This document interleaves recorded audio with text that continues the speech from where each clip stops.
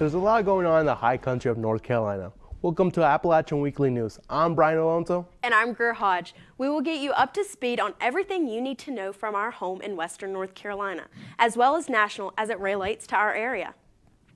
One of the biggest stories, North Carolina Governor Josh Stein made a stop in Boone. It was all part of a press conference to announce a $3 million fund to help rebuild the western part of the state following Hurricane Helene. He is also advocating an additional $1 billion in relief for the area. Jordan Luker and Ella Snap tag team our coverage. I am excited to announce that the state of North Carolina will be putting up $20 million, and Dogwood Trust is going to be adding another $10 million for a new pool of small business grants of $30 million. Governor Josh Stein came up the mountain to address the people of Western North Carolina. He elaborated on a grant fund meant to help businesses that were still struggling after the effects of Hurricane Helene. I'm here to announce a public-private partnership that will help address the urgent needs of small businesses in Western North Carolina as they fight to make it through the winter successfully. We need to support them through this uncertain time. Just like they have stepped up for their neighbors, we must step up for them. Because when our small businesses thrive, we all thrive. This is the resource that we've been asking for, and to be able to do so where small businesses won't be heavily burdened moving forward. They'll have the opportunity to get these funds, and with those funds get some certainty for the first time in a while, and that is going to pay dividends for months to come. Having as much exposure as we can to the issues that the folks in Western North Carolina are facing, just to keep it in the forefront of everybody's minds, that not to forget about us. Questions still remain about the future after the February 21st deadline. However, this program is a breath of fresh air for a community still reeling. Let me say first that more will be needed. Today's $30 million is a positive step, but it is nowhere near enough to meet the needs of Western North Carolina small businesses. It's really going to take it one step at a time. Every day is a different challenge. So being able to have access to the grant funding would basically put us back into business. We as a nation have to be here for the long haul to help the people of Western North Carolina. And it does not matter if they're a Democrat, Republican, or unaffiliated voter. It's who they are as a person. They're a North Carolinian, and we have to be able to overcome our political differences to help those folks.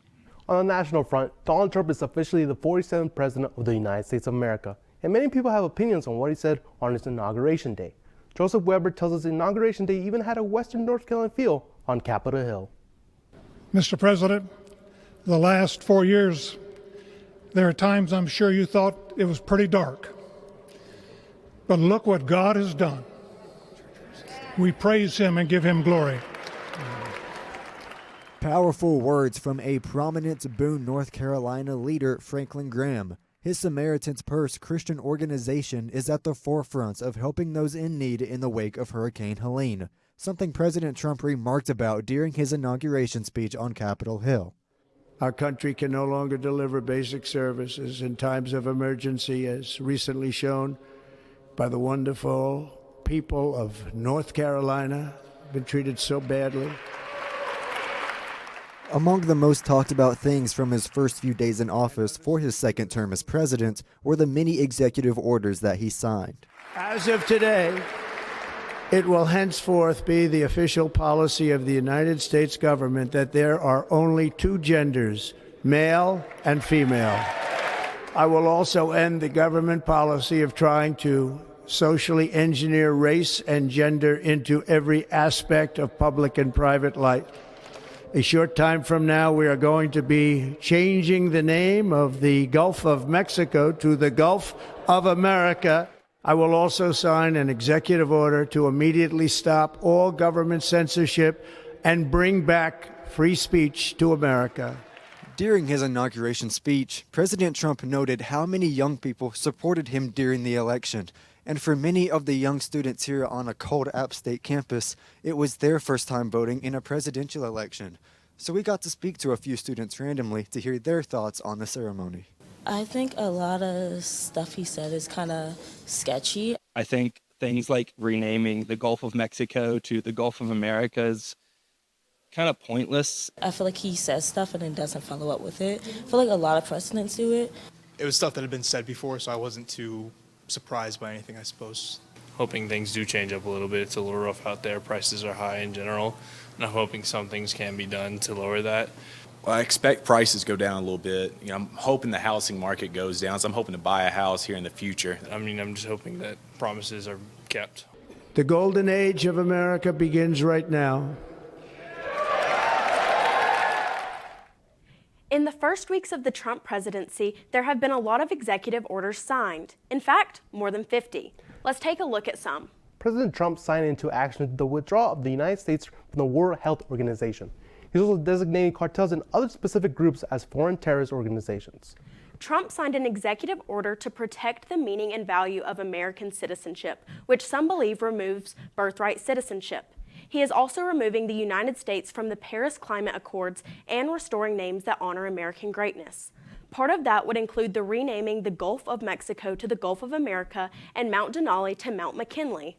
This is a long list that includes declassification of records concerning the assassination of John F. Kennedy and Dr. Martin Luther King Jr., the removal of diversity, equity, and inclusion programs from federal departments, and withdrawing the United States from and ending funding to certain United Nations organizations. Both presidents have been busy with their pen in the last month or so. Before he stepped down from office, Joe Biden pardoned more than 8,000 individuals, including his family members, multiple former government officials, and Dr. Anthony Fauci. President Trump, in his first month of office, pardoned more than 1,500, including those January 6 protesters. AWN political analyst Jordan Luker has joined us to give us his insight on the transition of power in America. Jordan, can you explain these pardons on a political perspective? Yeah, well, great. First of all, it's great to be back on as an analyst. I'm kind of doing double duty today. I was producer and now I'm the analyst for the political. But going into the pardons here, pardons are nothing new for presidents, especially outgoing. But Donald Trump has sort of put a little bit of his own twist on it, pardoning a lot of people to begin his presidency. But I want to quickly reiterate, there's a difference between pardons and commutation. A pardon is absolving people of all guilt, while a commutation by a president does not remove it from their record. However, it can reduce the sentence.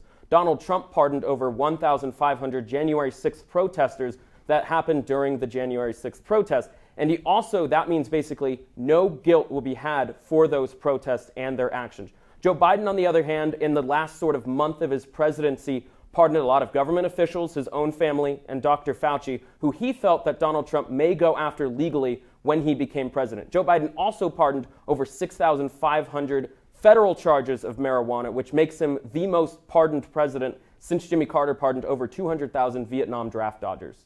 You know, out of all the executive orders, which surprised you the most?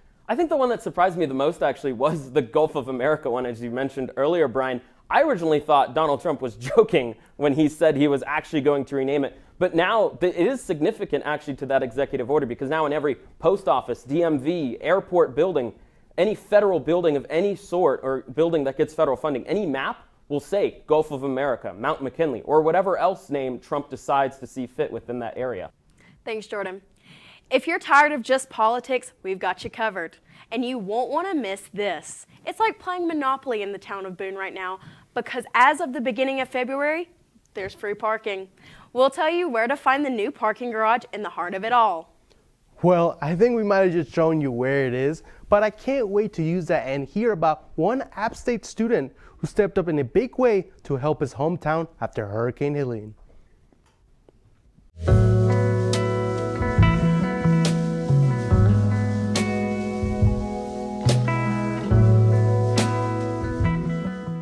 Let's just admit it, I am. We missed Walmart in the aftermath of Hurricane Helene. It was in ruins, but after 4 months, it is finally open. And even though there's some work to be done to get it back to full operation, Kylie Carner files this report from its grand opening.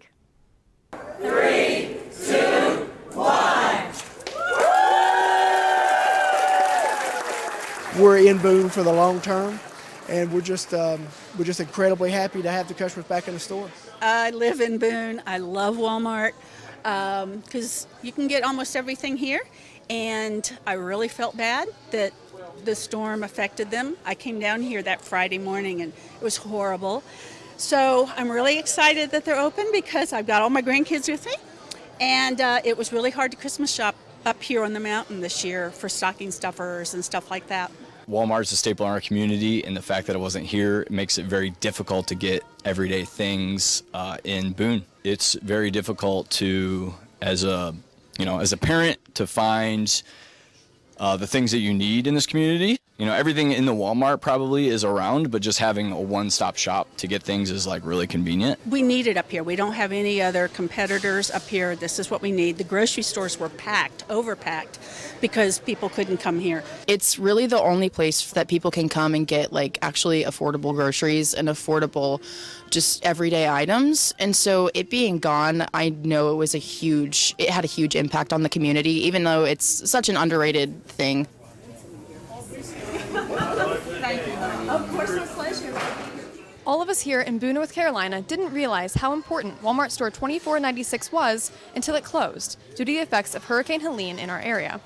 Just think, this entire store was flooded with 3 feet of water, and the efforts to reopen it just in time for Christmas shopping are remarkable.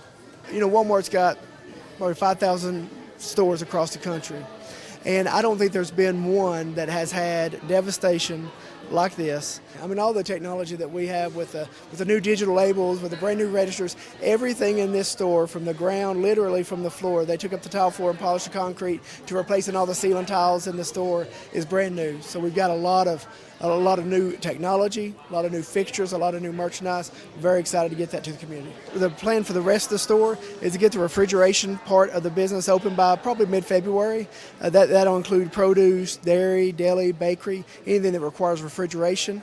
So we'll be working hard behind this dust ball behind you to make sure that we're still working to get the store fully open and get a target date sometime around mid-February.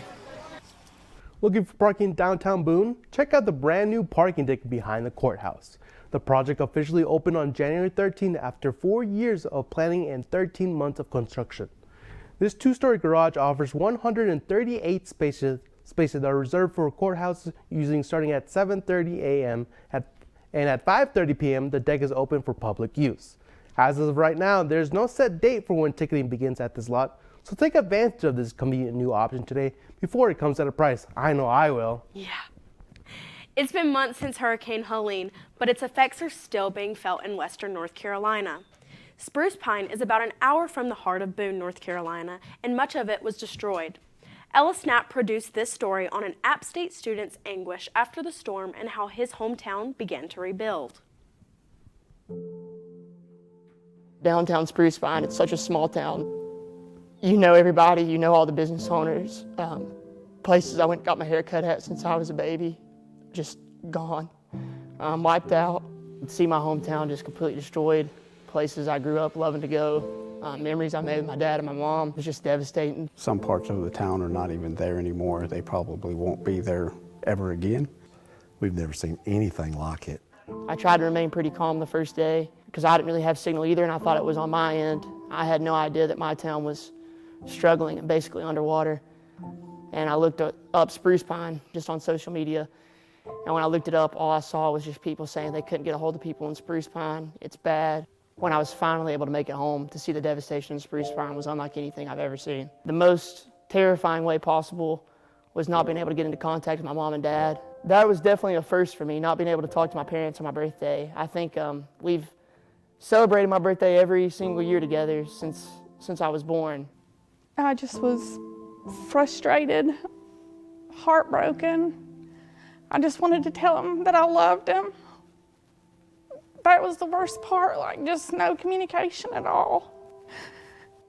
Truthfully, I was just worried sick. I couldn't get in contact with them, didn't know if they were okay, didn't know if our house was okay. I've never in all my years not been able to talk to my mom and dad for 5 straight days, and that was really tough on me. When I got that phone call from my dad, it was the best feeling I've ever had. I can't even begin to put into words. It was a tremendous blessing. I was just thankful that they were both okay. And I just broke down crying and thanking God that they were okay. If you don't have family, you really have nothing. Whether that be a family and a friend group or just that family environment, if you can't lean on somebody and consider them family, it really makes you feel alone. I came back to Spruce Pine to help because Town just means everything to me, the people in it. And I can just think back to all the many times in my life when I needed help or may not even know I needed help, and the community helped me in many ways. I just want to help those that I can help because there's a lot of people who had it way worse than I did. We are trying to help the community here at Bethel by just being a good distribution point. We have buildings full of supplies. We're just trying to unload and send it out where it needs to go. So since I've came back, mainly what I've been doing is just unloading supplies. We've had a tremendous amount of help from other states. I think there's been over 25 states delivering supplies. I've been so inspired through the events of the hurricane by people's ability to come together, to put aside their differences, whether they're Democrat or Republican, no matter what their nationality is. They're jumping in there, they're helping each other. It's an incredible thing to see the community come together, and I've seen this community come together before in my lifetime, but I'm not sure I've seen it to this level. People in my hometown have always been that caring type that want to be able to help their community, want to give back, and I think this hurricane really just brought it out in more of a light. It's been really devastating to see all the damage that it's done and heartbreaking for a lot of people here. But more so than that, it's also been good because it's brought our community together. There's a part of you that needs to give back. I mean, and you need to be a witness to this world. Yeah, I'm going to choke up here.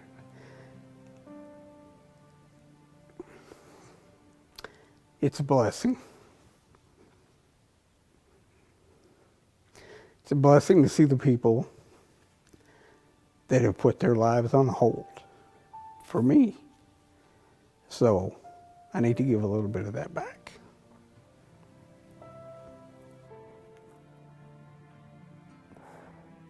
My hometown means everything to me. Being from a small town, that's who I am. It's one big family.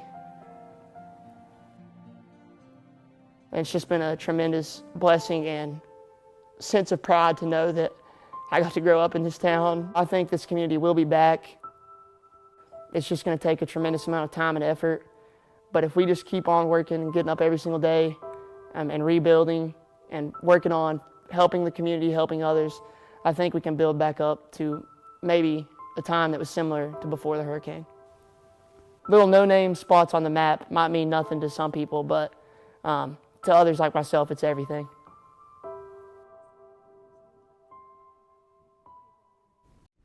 It was great to hear from Justin and how they're overcoming the devastation. It is. You know what's also great? The community, how they, united and are living it up now. App State students, faculty, and alumni alike are mourning the loss of one of their own.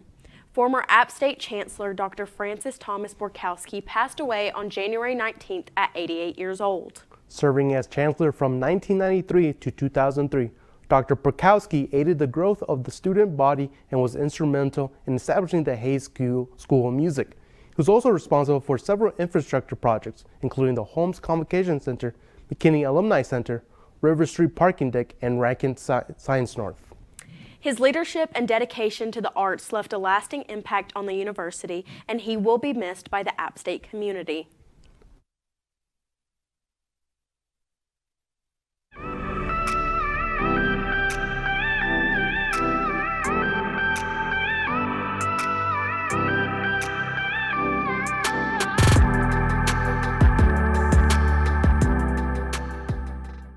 Winterfest is an exciting event held every year in downtown Blowing Rock. It includes many fun activities like ice carvings, music, and even polar plunge at the Chatola Resort. Jenna Guzman was part of the fun. 1, 2, 3, and you go! Every year, residents of Blowing Rock and visitors from all around gather to participate in the Polar Bear Plunge, an event in which people jump into ice-cold water and freezing temperatures to raise money for local nonprofits. This event is a part of Blowing Rock's Winterfest, a days-long festival that brings much tourism to town. This year, many proceeds from the plunge went into helping aid those affected by the devastation Hurricane Helene brought to the high country. big part of this is about the money being raised for hurricane relief efforts, Watauga, Avery, Ashe, up into Mitchell and Yancey. So big part of that, but a lot of fun too. If raising money wasn't enough of an incentive, some participants jump in costume for the chance to win the Golden Polar Plunger. One group of lucky ducks got that chance to receive the plunger along with someone super macho. We knocked us out of the fight. We took our 8 count and we got back up. Get your loads out and support Harry. There you go.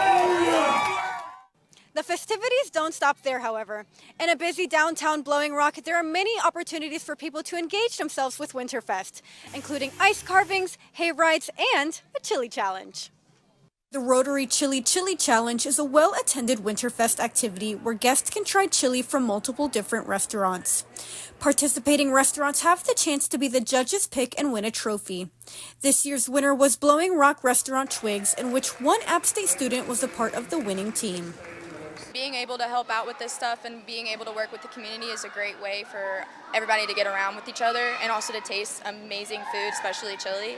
All proceeds from the Chili Challenge go towards supporting local nonprofits, another effort into rebuilding the community. You know, the state had big signs saying essential travel only, and so it knocked the wind out of the sails of most businesses. You know, luckily our businesses came back relatively quickly, and so we've been able to rescue that. But no, it was devastating, and and even though Blowing Rock itself didn't have a whole lot of damage, the economic damage was quite substantial. Is this cold weather bringing you down like there's nothing to do? Luckily for you, in the high country, there's always stuff to do. If you enjoy performing with other musicians, Jones House Culture Center will be hosting jam sessions. If you have a fiddle or a banjo, they'd be happy for you to join on February 6th and 13th. Want to support local businesses? The Boone Winter Market is fully back in session. Grab fresh produce, bouquets, and various decorations starting 10 a.m. on February 8th. Brian, have you ever held a lamb in your arms? No, dear. If not, take the opportunity at the Land of Milk and Honey Farm on February 8th. For $15, you can cuddle with a lamb for 1 hour. If you like the arts, the Schaefer Center of the Performing Arts is hosting the Carmen Ballet to celebrate the dance's 150th anniversary. The choreography is inspired by the art of Pablo Picasso through mesmerizing movement. Doors open at 6:30 and the show begins at 7:30 on February 8th. There's a lot for you to get into right now and many fun activities to do with your loved ones this Valentine's Day. I spoke to students on our campus about what this holiday means to them. The meaning of Valentine's Day to me is celebrating the love in your life, whether it be like platonic or romantic. The meaning of Valentine's Day to me is it's a day that you get to spend time with those that you love and the ones that support you, to give back and to make a community that you feel welcomed in. Valentine's to me means spending time with someone who means the absolute most to you. The meaning of Valentine's is just it's a day for like expressing who you love. I mean, it doesn't even have to just be your boyfriend or girlfriend or your partner. It's a day where you can just tell everyone in your life who you love and just like spending the day with them. If you love sports, we've got plenty of it coming up on AWN. We recently celebrated National Women in Sports Day, and one female athlete at Watauga High School is getting the recognition she deserves. In fact, she's had more triple doubles than Caitlin Clark did in her rookie season of the WNBA. After the break, we talk sports in the high country.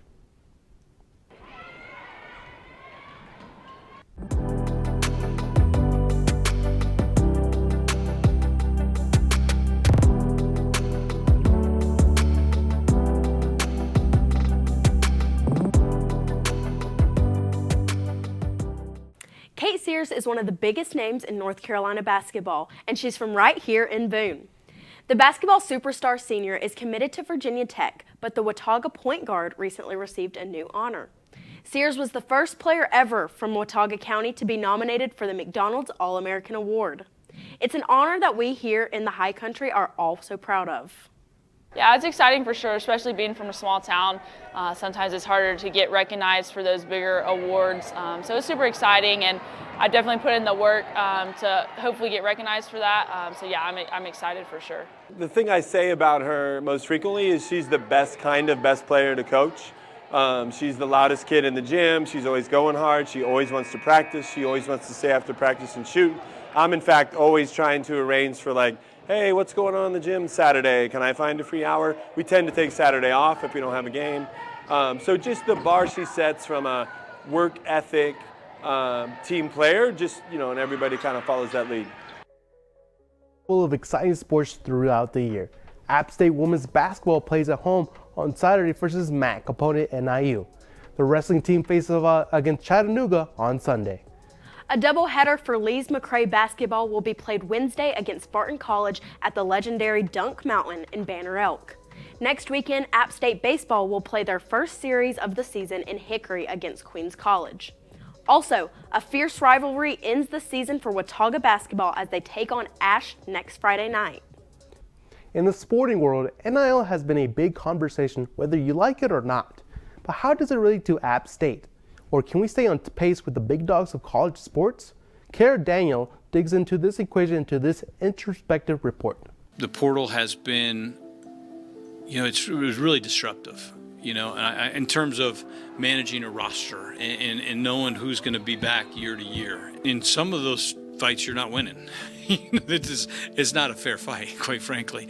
No matter how many people we put in the stadium, whether you have an 80,000 seat stadium or a 40,000 seat stadium, this is as good as atmosphere as anywhere in the country. So when you have all those things going for you, you feel really good. But if all of a sudden the money's significantly different than we can even fathom, then it's not going to be part of the equation. Some of the folks coming in, it was all about the money. And most of those aren't ones that came here. If that was the deciding factor, we probably don't win that. We're trying to the best of our ability to strengthen everything that we have. And we're going to recruit student athletes that want to be here, that want to be at App State. If somebody comes to App State, gives their all for App State, graduates, goes somewhere else, great. We're excited for them. The one thing we can control is how we treat them when they're here. Their success is important for our success. Although the adjustment of the transfer portal deadline has caused unrest of players and coaches trying to fill out a roster, for the athletic department, priorities lie in keeping sufficient funds. This means keeping a close eye on the revenue sharing program and outside donations. One of the things that we take really seriously is that we need to be an economic driver for our communities up here. And certainly as we recover from Helene, folks need people in this community, spending money in this community and patronizing our businesses in this community. Back in 2021, the 3333 Collective was created to improve the lives and opportunities of student athletes through outside donors. We know it as the App State NIL program. In addition to donations, the revenue sharing program will allow the school to share a portion of the athletic department's revenue with the athletes themselves. We're really going to focus on anything we do in the collective space with 3333. That's going to stay. We're going to work with those folks. But really, we're really transitioning to what does the house settlement look like. And then starting in July, we'll be able to do some of that funding inside the athletic department. That's why Football Support Fund, Yosef Club, directly supporting from a fundraising perspective, the athletic department is really going to be a primary goal of ours moving forward. You heard Doug Gillen mention the house settlement, but what is it? The house settlement is a class action lawsuit that involves the NCAA and specific conferences. It addresses back damages and future benefits for Division I athletes. The movement towards fair compensation and scholarship opportunities was partially approved in October, but plans to be fully approved in April. When it comes to NIL, I think you have to take some wins with losses. So while there's benefits for players and it's adding something to college football, there's also long-term effects that we're seeing on football programs nowadays. Of course, but at the end of the day, I just really hope we win, with all this money. And I hope we win the national championship. I believe in it. I hope. Well, here is a good look at King Street. It's a beautiful day, and with spring sports kicking off recently, I'm hoping for more of this good weather. We've had some beautiful sunny days recently here in Boone. It sure has. you got to just go outside, play in the park, go play some soccer, play some football, play some outside basketball. It's looking good. Traffic is okay, but what a show. We talked about a lot of different stuff. My favorite has to be about Winterfest. Let me tell you, Greer, if I was there, I would definitely jump into that lake. Greer, what was your favorite? I liked hearing about all the things that we can do right now. Me and my friends are always looking for fun activities for the weekends and these beautiful afternoons. So I liked hearing all that. That's all we have for you today. I've been your host, Greer Hodge. And I've been Brian Alonso. Thank you so much for watching and have a great rest of your day.